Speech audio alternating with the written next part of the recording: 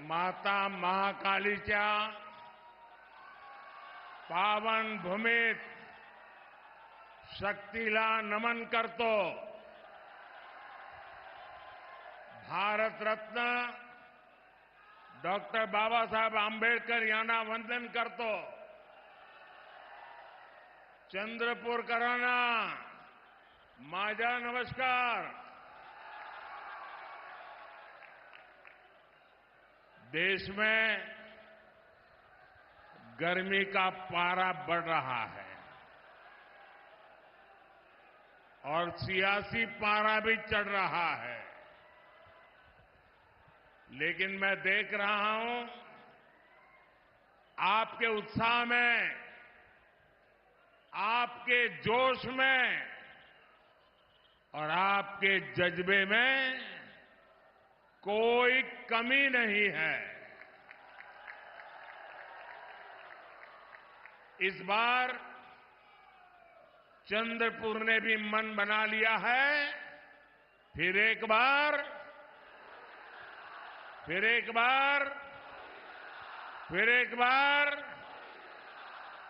और चंद्रपुर से इतना सारा स्नेह मिलना मेरे लिए और भी विशेष है. ये चंद्रपुरी है जिसने अयोध्या में भव्य राम मंदिर निर्माण के लिए लकड़ी भेजी. नए भारत की प्रतीक संसद की नई इमारत में भी चंद्रपुर की ही लकड़ी लगी हुई है. चंद्रपुर की ख्याति पूरे देश में पहुंची है. मैं चंद्रपुर के लोगों को बहुत बहुत बधाई देता हूं. कल से नववर्ष और नवरात्रि का पावन पर्व भी शुरू हो रहा है. सभी देशवासियों को इन पर्वों की हार्दिक शुभकामनाएं. समस्त बंधू भगिनींना गुढी पाडव्याच्या आणि नूतन वर्षाच्या हार्दिक शुभेच्छा.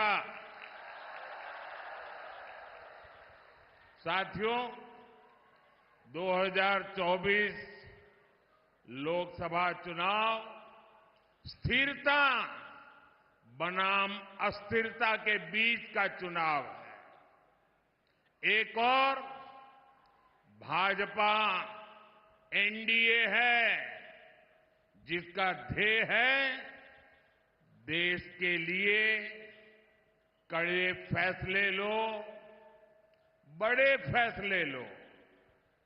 दूसरी ओर कांग्रेस और इंडी गठबंधन है जिसका मंत्र है जहां भी सत्ता पाओ खूब मलाई खाओ. इंडी गठबंधन ने हमेशा देश को अस्थिरता में झोंका है. एक स्थिर सरकार क्यों और कितनी जरूरी होती है, ये महाराष्ट्र से बेहतर और कौन जानेगा. इंडी अलायंस की केंद्र में जब तक सरकार रही, महाराष्ट्र की लगातार उपेक्षा होती रही. जब इंडी अलायंस वाले ढेर सारी साजिशें करके जनादेश टूटकर राज्य की सत्ता में पहुंचे, तो भी इन्होंने सिर्फ और सिर्फ खुद का ही विकास किया, परिवार का ही विकास किया. इसका कितना हिस्सा होगा, कौन सा ठेका किसको मिलेगा, मलाईदार पोस्ट किसके खाते में कितनी आएगी, ये पूरे महाराष्ट्र का भविष्य इन्होंने हिसाब किताब के भेंट चढ़ा दिया। महाराष्ट्र के विकास से जुड़ा कोई भी प्रोजेक्ट देखते ही ये कहते थे कमीशन लाओ या काम पर ब्रेक लगाओ। जब यहां पर नए एयरपोर्ट की बात आई, इंडिया अलायंस वालों ने कहा कमीशन लाओ या काम पर ब्रेक लगाओ। इन लोगों ने जलयुक्त शिवार योजना बंद कर दी। बलिराजा जल संजीवनी योजना जो विदर्भ और मराठवाड़ा में सिंचाई के लिए थी, उसे भी इंडी गठबंधन वालों ने ठप कर दिया था। विदर्भ के विकास के लिए मैंने जिस समृद्धि महामार्ग का लोकार्पण किया, उसका भी इन लोगों ने विरोध किया था। इन लोगों ने मराठवाड़ा की वाटर ग्रिड योजना बंद कर दी, कोंकण में रिफाइनरी प्रोजेक्ट रोक दिया, मुंबई मेट्रो का काम रोक दिया था। यहां तक कि पीएम आवास के लिए केंद्र से पैसा आने के बावजूद इन्होंने गरीबों को घर देना बंद कर दिया था। इनका लक्ष्य एक ही था, कमीशन लाओ या काम पर ब्रेक लगाओ। भाई और बहनों, हमारी सरकार ने महाराष्ट्र और विदर्भ के विकास के लिए इन सभी योजनाओं को फिर से शुरू किया है। मुख्यमंत्री एकनाथ जी शिंदे, उप मुख्यमंत्री देवेंद्र फडणवीस जी और अजीत पवार जी के साथ पूरी सरकार दिन रात काम कर रही है। विकास के बड़े काम तेजी से पूरे हो रहे हैं और जब नीयत सही होती है तो नतीजे भी सही होते हैं।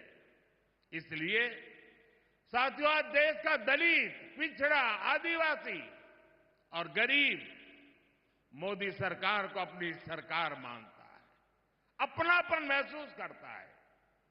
मोदी किसी शाही परिवार में पैदा होकर प्रधानमंत्री नहीं बना। मोदी एक गरीब परिवार में जन्म लेकर, आपके बीच रहकर यहां तक आपने पहुंचाया है। और इसलिए मुझे पता है, जिन करोड़ों देशवासियों के पास अपना घर नहीं था, उनमें ज्यादातर दलित, पिछड़ा, आदिवासी ही थे। ये दलित, वंचित, आदिवासी ही थे जिनकी बस्तियों में पीने को पानी नहीं था, बिजली नहीं, सड़कें नहीं। इसी समाज के बच्चों को शिक्षा के अभाव से सबसे ज्यादा जूझना पड़ता था। साथियों, इसलिए मोदी ने गारंटी दी थी कि हमारी सरकार दलित, आदिवासी और पिछड़ा परिवारों का जीवन बदलने के लिए काम करेगी। मोदी ने वंचित वर्ग के हालातों को बदलने के लिए निरंतर मेहनत की है।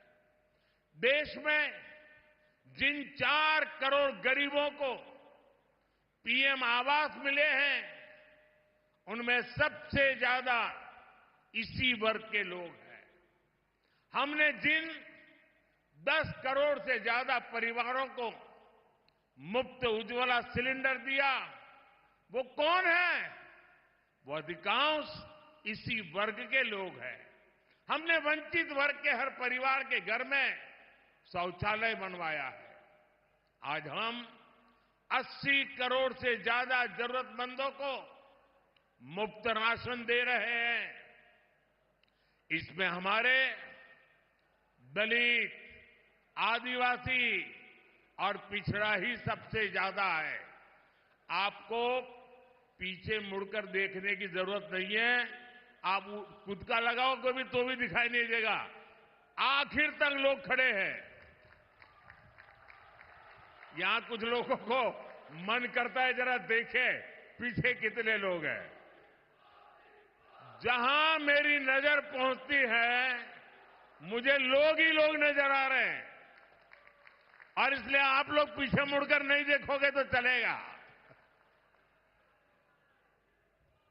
आज 50 करोड़ से ज्यादा गरीबों को 5 लाख रुपए तक का मुफ्त इलाज मिल रहा है। आज जिन 11 करोड़ किसानों के खाते में किसान सम्मान निधि का पैसा जा रहा है, वो छोटे और कमजोर किसान ही है। आज हमारे दलित, वंचित, पिछड़ा और आदिवासी समाज के लोग सिर उठाकर जिंदगी जी रहे हैं। ये सब कुछ हो रहा है तो इसका श्रेय किसको जाता है? इसका श्रेय किसको जाता है? इतनी प्रगति हो रही है, श्रेय किसको जाता है? देश गरीब से गरीब व्यक्ति का भला कर रहा है, इसका श्रेय किसको जाता है?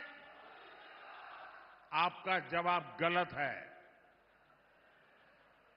ये मोदी के कारण नहीं, ये सब आपके एक वोट की ताकत ने किया है। आपने मोदी को आशीर्वाद दिया है और इसलिए ये जो पुण्य कार्य है उसके आप भी उतने ही हकदार हैं।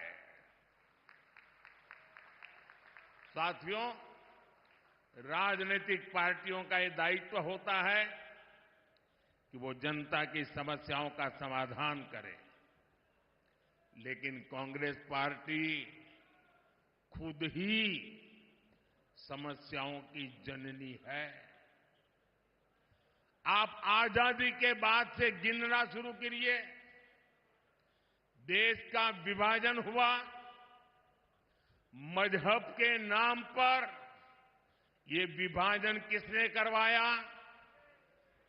किसने करवाया? किसने करवाया? देश आजाद होते ही कश्मीर में समस्या खड़ी कर दी गई। कश्मीर में समस्या किसने पैदा की? जरा पूरी ताकत से बताइए, दिल्ली तक आवाज जानी चाहिए। ये कश्मीर को किसने मुसीबत में डाला? हमारे आसपास ही दुनिया के कई देश आजाद हुए, वो हमसे कहीं आगे बढ़ गए, लेकिन हमारा भारत पिछड़ता गया। तब ज्यादातर समय देश में किसकी सरकार थी? देश दशकों तक आतंकवाद का शिकार रहा। आए दिन कहीं भी बम ब्लास्ट हो जाते थे।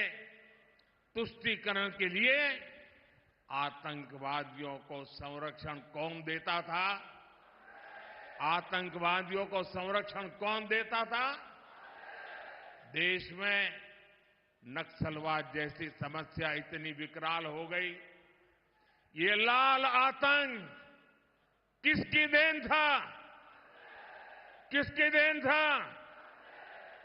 साथियों, आजादी के 7 दशक बाद तक राम मंदिर का 500 साल पुराना विवाद बना हुआ था। अयोध्या में राम मंदिर के निर्माण पर अड़ंगा कौन लगाता था? अड़ंगा कौन लगाता था? कोर्ट में किस पार्टी के लोग भगवान राम के अस्तित्व पर सवाल उठाते थे? कौन सी पार्टी के वकील सुप्रीम कोर्ट में जाकर कहते थे कि राम मंदिर पर फैसला न सुनाए? किस पार्टी ने राम मंदिर प्राण प्रतिष्ठा आयोजन का बहिष्कार किया? किस पार्टी ने दशकों तक बाबा साहब आंबेडकर को भारत रत्न नहीं मिलने दिया? इतने दशकों से हमारे लोग पिछड़ा वर्ग आयोग को संविधान का दर्जा देने की मांग कर रहे थे। किसने पिछड़ा वर्ग के साथ धोखा किया? हर बात का जवाब एक ही है। एक ही है कि नहीं है? एक ही है कि नहीं है? साथियों, पिछले 10 वर्षों से कांग्रेस सत्ता से बाहर है। आपने एनडीए को पूर्ण बहुमत दिया। हमने देश की बड़ी बड़ी समस्याओं का स्थायी इलाज किया है। आज महाराष्ट्र ही नहीं बल्कि पूरे देश में नक्सलवाद कमजोर पड़ गया है। जो गढ़चिरौली नक्सली हिंसा के लिए जाना जाता था, अब उसकी चर्चा विकास और स्टील कंपनी के लिए हो रही है। हमारा गढ़चिरौली अब फौलाद सिटी बनने जा रहा है। भाइयों बहनों, हमारे यहां मराठी में एक कहावत होती है, कडू कारले तुपात तळले, साखरेत गोळले तरी कडू ते कडूच। यानी कड़वे करेले को घी में तले या शक्कर में घोले, वो फिर भी कड़वा का ही कड़वा ही रहता है। ये कहावत कांग्रेस पर सटीक लागू होती है कि नहीं होती है? होती है। वो सुधर ही नहीं सकते, वो कभी नहीं बदल सकते। अपनी करतूतों के कारण आज कांग्रेस पार्टी देश के भीतर जन समर्थन खो चुकी है। इसलिए अब कांग्रेस खुलकर बांटो और राज करो के खेल पर उतर आई है। कांग्रेस ने अपना जो घोषणा पत्र निकाला है, उसमें भी मुस्लिम लीग की भाषा लिखी गई है। क्या ये आपको मंजूर है? ये देश स्वीकार करेगा?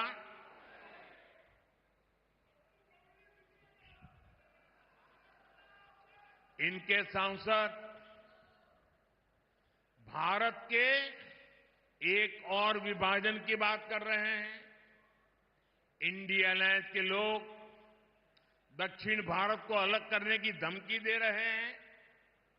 इंडिया अलायंस में शामिल डीएमके पार्टी सनातन को डेंगू, मलेरिया कहकर उसके खात्मे की बात करती है। और कांग्रेस नकली शिवसेना वाले उन्हीं लोगों को महाराष्ट्र में लाकर उनसे रैली करवाते हैं। अभी 2-3 दिन पहले ही कांग्रेस के राष्ट्रीय अध्यक्ष ने एक और बयान दिया है। उन्होंने कहा है कि मोदी देश में जहां जाता है, दूसरे राज्यों में जाकर के वहां कश्मीर और आर्टिकल 370 की बातें क्यों करता है? आप मुझे बताइए, क्या ये कांग्रेस की विभाजनकारी सोच है कि नहीं है? कश्मीर हमारा है कि नहीं है? पूरे हिंदुस्तान का है कि नहीं है? हमारा सिरताज है कि नहीं है? क्या कश्मीर के लिए ये भाषा हमें मंजूर है? जब छत्रपति शिवाजी महाराज ने दिल्ली सल्तनत से मोर्चा लिया था, तब उन्होंने क्या ये कहा था कि दिल्ली में जो हो उसे मेरा क्या वास्ता? क्या कभी छत्रपति शिवाजी महाराज ने कहा था? क्या लोकमान्य तिलक कभी सोच सकते थे कि पंजाब में जलियांवाला बाग हत्याकांड हो तो उसे महाराष्ट्र का क्या वास्ता? कभी नहीं सोच सकते।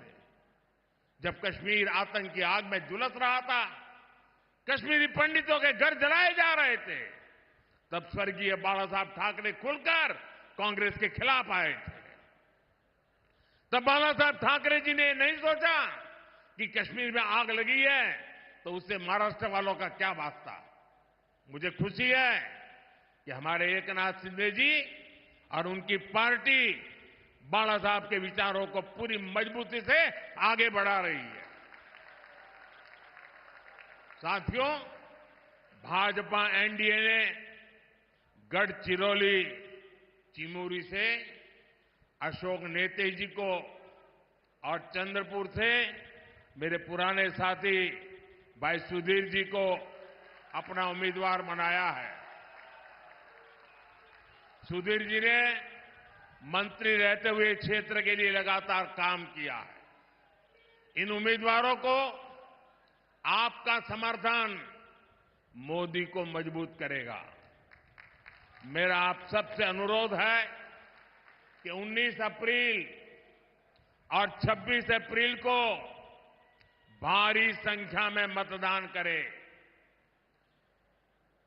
और मेरा आपसे आग्रह है, हर पोलिंग बूथ अपने पुराने सारे रिकॉर्ड तोड़ दे। तोड़ेंगे? इस चुनाव में हमें सबसे पहले पोलिंग बूथ जीतना है। जीतेंगे? पोलिंग बूथ में घर घर जाएंगे, लोगों से मतदान के लिए आग्रह करेंगे। गर्मी कितनी ही क्यों न हो, मतदान भारी होगा। सुबह सुबह मतदान कराओगे? अच्छा, मेरा एक और काम करोगे? ये सुधीर जी का काम नहीं, ये मोदी का है, करोगे? ये अशोक जी का काम नहीं, मेरा काम है, करोगे? पक्का करोगे? सबके सब जरा हाथ ऊपर करके बताइए, करेंगे? मेरा एक काम करना